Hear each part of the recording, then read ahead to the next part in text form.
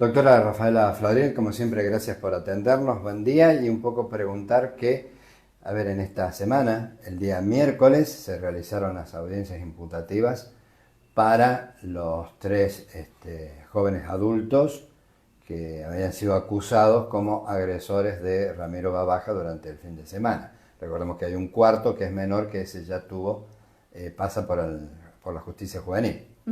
Bien, ¿qué nos puede decir? Porque creo que ha solicitado y se ha otorgado la prisión preventiva.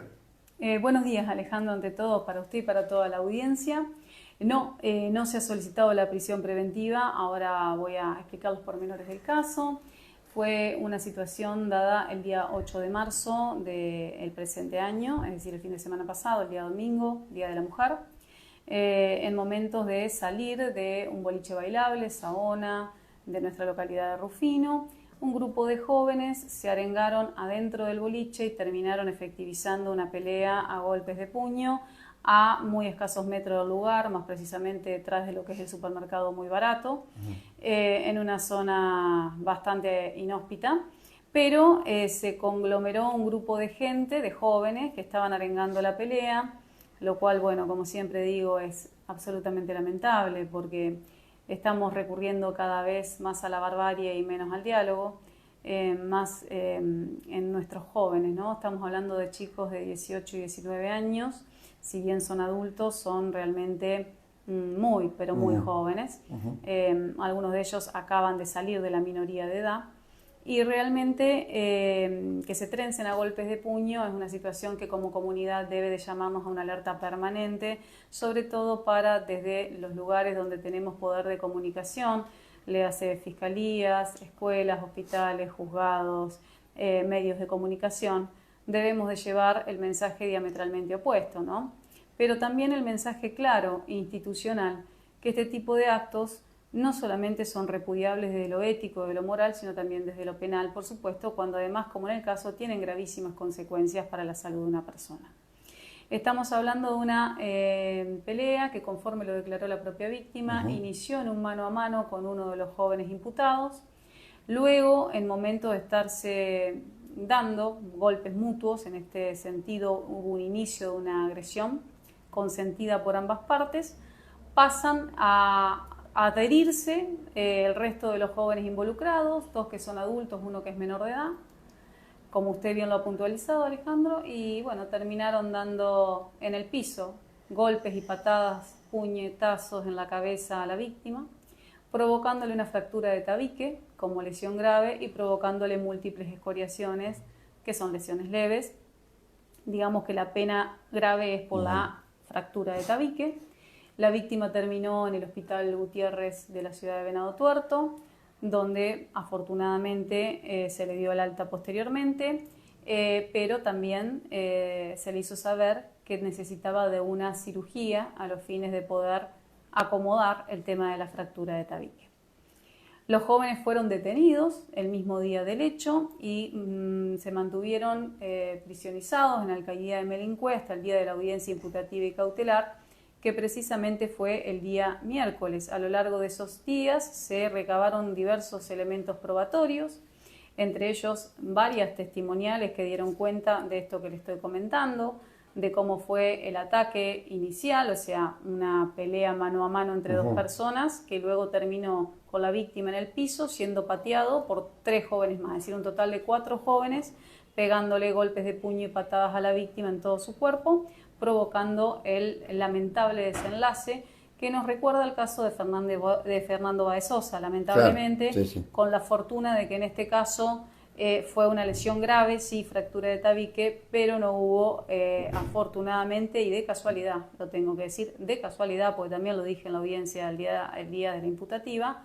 que lamentar un fallecimiento por un lado y una pena en expectativa de prisión perpetua para 3 jóvenes, que hubiera sido lo mismo que ocurrió en el caso de Fernández Báez Sosa. Sí. Entonces, lo que ocurrió en esa audiencia, más allá de que veníamos en comunicación tanto con la familia de la víctima, con la propia víctima, como con los abogados defensores de los imputados, en las horas transcurridas desde el hecho mismo hasta el momento de la audiencia hubo mutuas reflexiones, o sea, entre los distintos familiares inclusive, y un compromiso de cese de la violencia y de reflexión, debo decir, de la gravedad de lo acontecido. Se vieron personas, no solamente los imputados, la víctima, su grupo familiar, sino también el grupo familiar de los quienes hoy están sindicados como victimarios, con un alto grado de angustia y de comprensión de lo que podría haber sucedido, pero también de la gravedad del hecho efectivamente ocurrido. En ese sentido hubo un esfuerzo de todas las partes, tanto de la víctima y su grupo familiar, como de los victimarios y sus grupos familiares, en donde Defensa Fiscalía hemos acordado una salida alternativa a la prisión preventiva, considerando múltiples circunstancias, entre ellos que son jóvenes, muy jóvenes, todos los involucrados, que no tienen antecedentes penales, que entendieron, porque además también la propia víctima lo declaró en un acto que debo decir de valentía también, porque no fue a la audiencia a decir que le habían pegado el punto, sino que reconoció que la cuestión venía de larga data, que era un tema que había iniciado con violencia mutua, y entendieron todas las partes que ese no es el camino y que deben de modificar conductas. En ese sentido, siempre el derecho penal tiene que ser de última ratio, de mínima intervención. Si no hay peligros procesales a contener o si los mismos se pueden neutralizar por medios menos lesivos a la prisión preventiva efectiva, debe de optarse por la primera opción, es decir, debe optarse por los medios menos lesivos. En este caso se entiende que mientras se respeten las reglas de conductas impuestas, que han sido las que voy a enumerar seguidamente, es posible, y siempre y cuando las mismas no sean violentadas, continuar la cautela con estas personas en libertad. Se impuso en este sentido una prohibición de contacto, de acercamiento a víctimas, a su grupo familiar, a los testigos del hecho, por parte de todos los imputados. Los imputados además pagaron un resarcimiento económico de modo simbólico, pero también en un monto importante, a quien resulta víctima.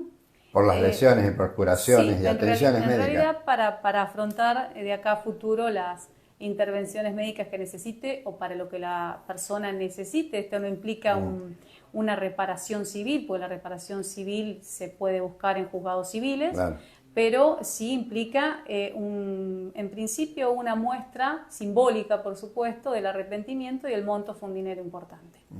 Entonces, estas situaciones, más su compromiso de iniciar de inmediato un tratamiento psicológico por temas de ira, de violencia, más su compromiso de abstenerse de ingresar al boliche Saona, más su compromiso de no cometer nuevos delitos, de no portar armas impropias, de no tomar alcohol en exceso, de no consumir estupefacientes, más otras reglas que se han anexado, mantener domicilio actualizado, venir cada vez que sean requeridos, que sean llamados. Distanciamiento de la víctima. Sí, prohibición de contacto, de acercamiento, si lo ven en la vía pública deben retirarse. Prohibición, por ejemplo, tienen de participar en un evento deportivo, que es donde realmente inició la disputa, no tiene que ver con el hecho en sí, pero sí con el inicio de la violencia. Bueno, si la víctima está convocada, por ejemplo, a un partido de fútbol y los victimarios también, ellos deben abstenerse de ir. Después pueden jugar, digamos, si la víctima no está convocada. Pero son, por ejemplo, reglas que afectan, por supuesto, la libertad de las personas y a la vez contienen suficientemente los riesgos procesales sin necesidad de prisión. Discúlpeme, doctora, ellos, digamos, tenían anteriormente alguna relación de tipo deportiva en que claro, estaban participaban de una misma actividad. Participaban de una misma actividad, inclusive la víctima nos comentaba que esto inicia en un partido de fútbol siendo compañeros del mismo equipo. Claro. Luego la víctima muda de club y ahí parece que vienen algunas diferencias y bueno, esto increíblemente algo que debería ser una fiesta, que es una actividad deportiva y cultural como lo que todos amamos, ¿no? Que es el fútbol, termina en este fatídico, realmente lamentable desenlace, con cuestiones que nuestros jóvenes no tienen por qué atravesar. Es más, se ventiló en la audiencia que estos jóvenes estudian, trabajan, realmente entiendo que esto los ha excedido y bueno, entiendo que es posible que esto se canalice, luego se verá, ¿no es cierto? Pero es posible que esto se canalice. Estas reglas ¿Qué periodo tienen, doctora? Lo que dura el proceso, en principio, que puede ser más o menos conforme el deseo de las partes y conforme la prueba que se termine de recabar.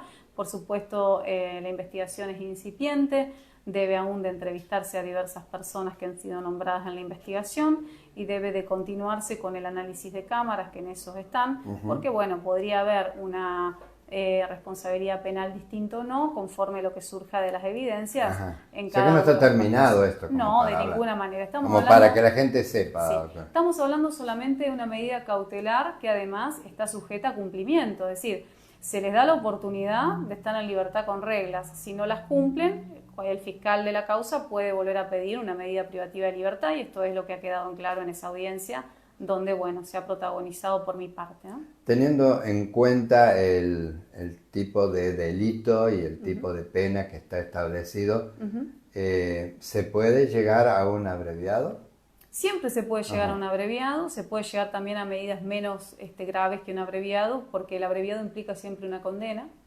En cambio, en este tipo de cuestiones se puede llegar inclusive a una suspensión de juicio a prueba, que no quedan antecedentes penales, o se puede llegar a un criterio de oportunidad. Eso depende mucho de la voluntad de las partes, más que nada de la víctima, por supuesto, y también, por supuesto, de lo que considera en el caso concreto el Ministerio Público de la acusación.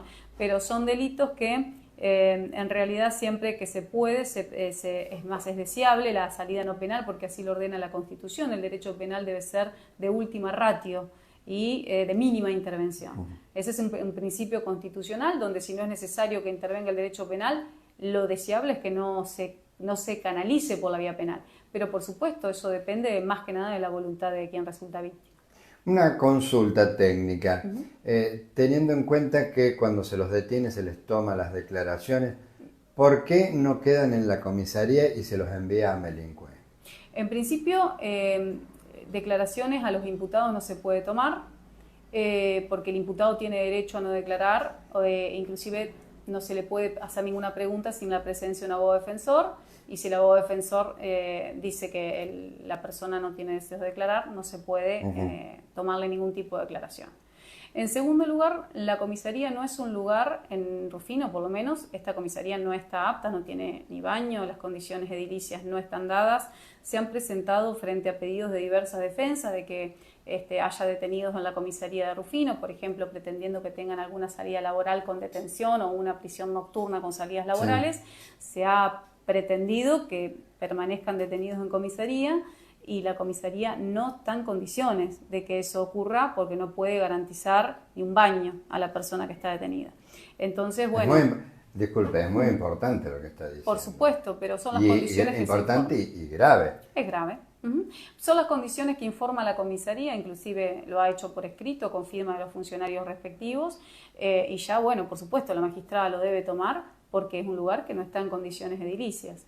Entonces, realmente, por supuesto que la situación es preocupante, pero es la realidad que tenemos. Entonces, digamos, las personas que son detenidas necesariamente no pueden quedar en ninguna comisaría de ninguna localidad pequeña, deben ir a una alcaidía o a una cárcel común. Esa es la condición de una persona que comete un delito tan grave que amerite una detención, o bien es una persona reiterante que ya viene arrastrando una serie de delitos y aunque el último no sea de los más graves, también amerita una detención por los riesgos procesales que implica, que son el peligro de fuga y el entorpecimiento probatorio. Bueno, es un tema para analizar y en profundidad esta situación que está pasando en nuestra comisaría, además de otras cosas que no vienen al caso. Doctora, para finalizar, ¿hay algunas audiencias para la semana próxima que sean importantes para destacar y comentar a la sociedad? Tengo presente en este momento, la audiencia de una persona que fue detenida anoche. Simplemente es lo único que puedo decirle porque antes de la audiencia imputativa no puedo dar información. ¿La acusación? Sí, es por un robo. Es por un robo. Más detalles podré dar el día martes, que es cuando se va a desarrollar la audiencia en particular.